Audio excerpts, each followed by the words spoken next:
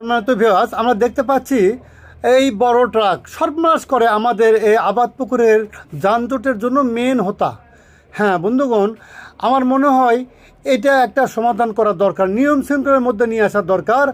এই হুট করে হাটের দিনে যখন বড় গাড়ি বড় ট্রাক ঢুকে যায় তখনই কিন্তু এই মোড়ে যানজট সৃষ্টি হয়, যেটা মানব জীবনের জন্য সবচেয়ে বেশি হুমকি। হ্যাঁ, এটা কি মেনে নেওয়া যায়? প্রতিনিয়ত এইরকমই একই ঘটনা ঘটছে। এই জন্য আমি উপর মহলের দৃষ্টি আকর্ষণ করে বলতে চাচ্ছি এটাই, যে কি করলে এই সমস্যার সমাধান হয়, এটার জন্য সকলের একটু সহযোগিতা দরকার।